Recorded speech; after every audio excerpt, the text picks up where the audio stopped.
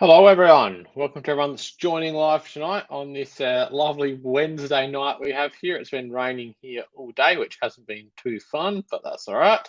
This time of the year can be a bit like that. And to everyone that's watching on the replay, I do appreciate you guys tuning in. So, g'day, everyone.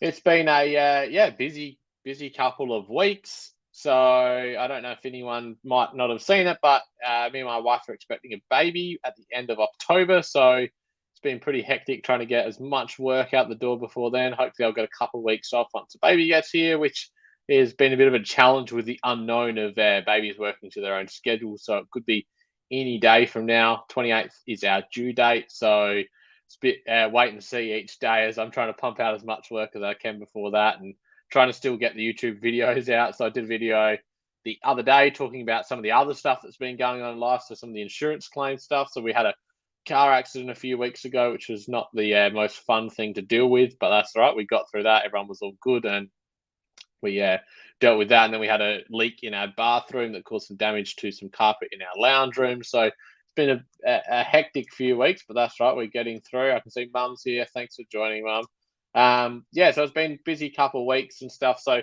yeah, the plan is have a couple of weeks off. Still working through lots of different client stuff, lots of new clients as well, which has been really cool to deal with. So still getting through all of those kind of things. And yeah, the plan is probably really in 2023. I know I've said it a few times, but I'm putting a few things in place and really wanting to ramp up that YouTube content and make sure I'm getting those two videos out a week, whether it's a live and a normal video or just two normal videos. So do appreciate everyone's support and the channel. We're getting very close to 3,000 subscribers, which is really awesome. So I remember back when I first started, the thought of getting to 1,000 seemed like so far away, and you're plugging away, and now it's like I've been doing it for over 2 years now, and to be almost at 3,000 is awesome, and it's been really cool to see that transition. I've got to speak to a lot of you one on one through my business or just in general chat. So I made some great friends through it as well. So that's been awesome. So yeah, I want to do a quick live tonight to talk about. We're going to talk about ATO debts.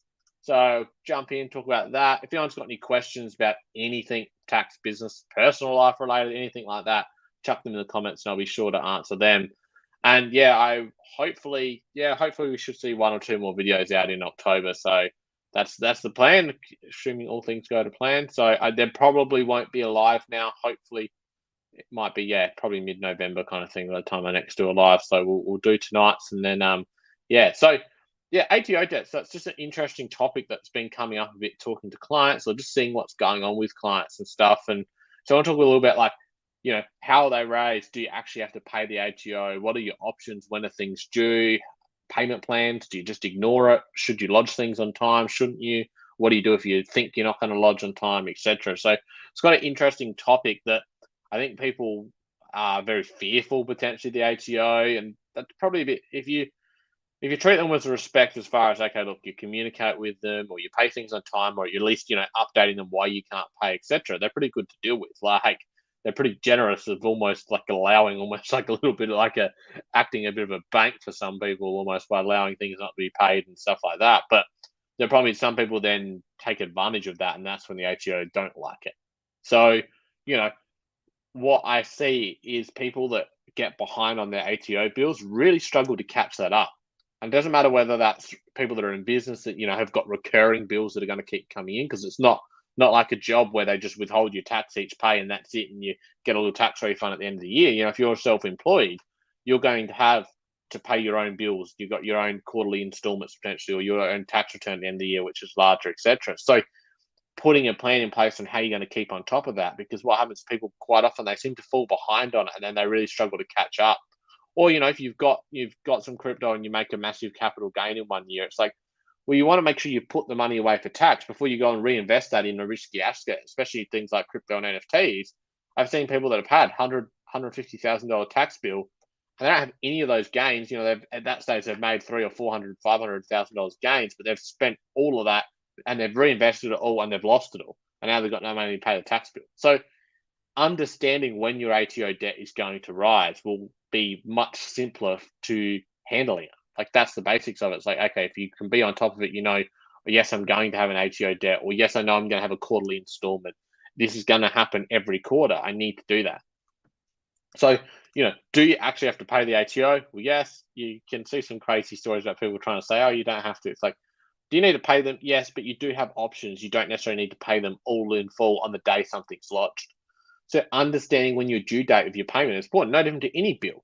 If you get your phone bill, you want to know when it's due for payment, and you want to make sure you make payment by that date. There's no obligation on you to pay early. Obviously, some bills you may get some kind of early paying discount, something like that. But in general, if you got a bill and it's due on the 30th of June, make sure you've paid it by 30th of June. It's no different to the ATO. They're pretty good. If you're lodging through an agent, quite often your due dates, if you're lodging now, are still not till March next year. So you've got 6 months up your sleeve, or potentially even longer, because your due date may not be till May. And you may be able to push out that payment till June. So having that understanding, and I've had those conversations, I always have those conversations with clients when I can see they've got a debt, and I explain, look, this is the process. This is what's going to happen. You're going to receive a notice of assessment from the ATO that have the payment details, that have the payment date, that have confirmed the amount. You then have the option to not pay until that date. It's like you need to pay it on day one. And sometimes, if you're an individual, you really want to make sure you're keeping on top of these things. But at the end of the day, for some people, from a cash flow point of view from business, they may prefer to push out that payment too close as possible to the due date. Like, everyone's situation is going to be unique with that. But understanding that is really important to go, yes, I do need to pay the ATO, but what are my options? And to discuss, further about options, you do have the ability to also put payment plans in place. So if you know you can pay by the due date, then just make your payment by the due date. Like, it doesn't really matter if you lodge today and it's due in March, just make sure it's paid by then. You don't need to worry about anything. You don't need to put a payment plan in place. You can pay installments off if you find that better from your own cash flow or keeping on top of your money, etc. But there's no need to put an official payment plan in place with the ATO. But you do have the option to put payment plans in place with the ATO if you know you can't pay by the due date. So, if it comes to your things due for payment on the 6th of June and you get to June, you go, I'm not going to be able to pay this in full by then, you can put a payment plan in place very simply. I believe you can do it online, potentially through your MyGov account if it's under a certain amount. They do have an automated phone service, I believe, if the payment is under 100 grand. And if it's over that, you normally need to speak to someone about, what the situation is. And they're pretty good. Like, sometimes it depends on your situation stuff. Sometimes they'll allow payment plans for up to 12, 24 months even sometimes. So it's pretty generous that it's like, but what you want to have an understanding, this is where a lot of people go wrong, is they put a payment plan in place, but then say they're in business and they go, all right, I owe $20,000. So I need to put a payment, we'll keep it simple, 24,000. I'm going to pay $2,000 a month for the next 12 months. The problem is what a lot of people do is then they don't then pay their ongoing obligations. So each quarter they may be getting another $4,000 bill, and they go, oh, well, I can't afford to pay that. I'm already paying my $2,000 payment plan. So then what happens is they default on the payment plan. But even if the default didn't happen, after 12 months, they've paid the $24,000 off, but they now owe another 16 grand for new obligations. So they're still behind. So, and the ATO don't like that because you've defaulted on your payment plan. When you commit to a payment plan, you commit to meeting all future obligations on time. So you need to lodge on time and you need to pay on time. So you need to have that understanding going, well, if I'm going to commit to a payment plan, can I actually meet these payments? So I think that's a really important thing to understand. It's like, you're committing to a payment plan. So what are your estimated future obligations, and make sure that's built in. And if you know you're not going to be able to meet them, well, then you need to make sure that payment plan maybe is extended out longer. If you can't afford 2,000, maybe you've got to do it over 24 months and do 1,000. Or are you better off to make sure everything's lodged up to date and then put your payment plan in place from there? So I think that's sometimes the strategy we'll look at and go, all right, we know if we put a payment plan in place, we don't have the money to pay this first one. So how about we get that lodged, then we put our payment plan in place, then we can pay off the whole lot. So sometimes that can help. And obviously everyone's situation is going to be unique with that. So if you do have any comments about, ATO and how to best deal with payments, drop the comment. Even if you're watching on replay, I'll get in there and reply to you. So something else that's like that people, want to know about is like lodging. Like, do you lodge on time, or how does, hang on, sorry, I'm just trying to, we've got the word spelt wrong there. Do you lodge on time? So that's like a thing, like, okay, do you lodge it on time? If you're, struggling to get information together or something like that, what are your options? Are you better off do you apply for extensions? Do you try and let things run over? My history of applying for extensions with the ATOs, that can be a bit funny to deal with. Like, sometimes I've found it, clients have had more success just lodging late and then just making sure they settle their tax debt quickly. It depends. If you're getting a refund, the ATO aren't as fussed if things are late. You can get fines if things are lodged late. But again, they're not very consistent. So I seen a client a couple days ago, and I noticed that they seem to always lodge on time, always pay on time, and they were late on one BAS and they got a $220 fine. So I was a bit surprised that happened. You can quite often get fines remitted if you've got a genuine reason. They are pretty good with that, to be honest.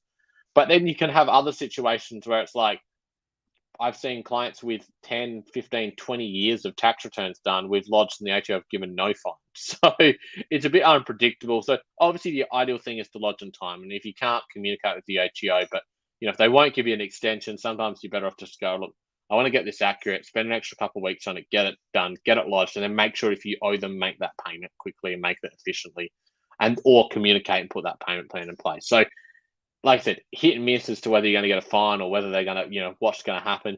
You can start to get some pretty nasty letters from the ATO, demanding lodgement. Again, how much they chase these up is interesting. They do sometimes. They typically evolve in color. They might start out pretty neutral or maybe a blue or something, and then they might go to a bit of an orange, and then next minute you get these red banners across it. If you don't lodge on time, you're going to cop a massive fine and stuff like that. G'day, how are you? Thanks for swinging by, Dodie. So, yeah, I think at the end of the day, lodging on time, paying on time is obviously your ideal situation. Don't stress if those things don't happen, but just communicate with the ATO, communicate with your tax agent, or however you're going to get it done. You will find, as we're coming up towards the end of October, we are the 12th today. So if you're lodging yourself, you do only have a few more weeks left. So, you've got under 3 weeks until the due date. So make sure you're, getting your tax return done by then. Or if you're going to utilize an agent, make sure you're on the agent books. If you're unsure if you're getting an extension, hopefully most agents will have contacted you if you've got a due date by end of October. I know I've gone through my clients, and there's a handful that do have that 31st of October due date, even though they are with an agent. And I've had that conversation, say, hey, look, I need your stuff ASAP so we can get this lodged by the due date. Because the problem is if you're late every year, the ATO potentially then keep giving you a shorter due date. If you're lodging yourself and you're going, this is too hard, I want to engage an agent, go and engage the agent early so that you can get on there and hopefully get that extended due date of May next year. If you haven't lodged, but you will be using an agent, you've always used an agent, you should get the extended due date. If you're unsure, check with them. It's a 2-minute job. The agent can go, put your name in on the ATO online services and give you what your due date is. So I think that's really important is, I guess it's like any bill or any kind of obligation. You want to know when do you need to do this by. So I can see Chris has swung by. How's it going, Chris? I hope you are well. I know you've had some exciting times. If you're a fan of Chris or you haven't checked him out before, go and check out some of the exciting stuff he's got going on. He's just made an exciting change with his business. So that's really cool.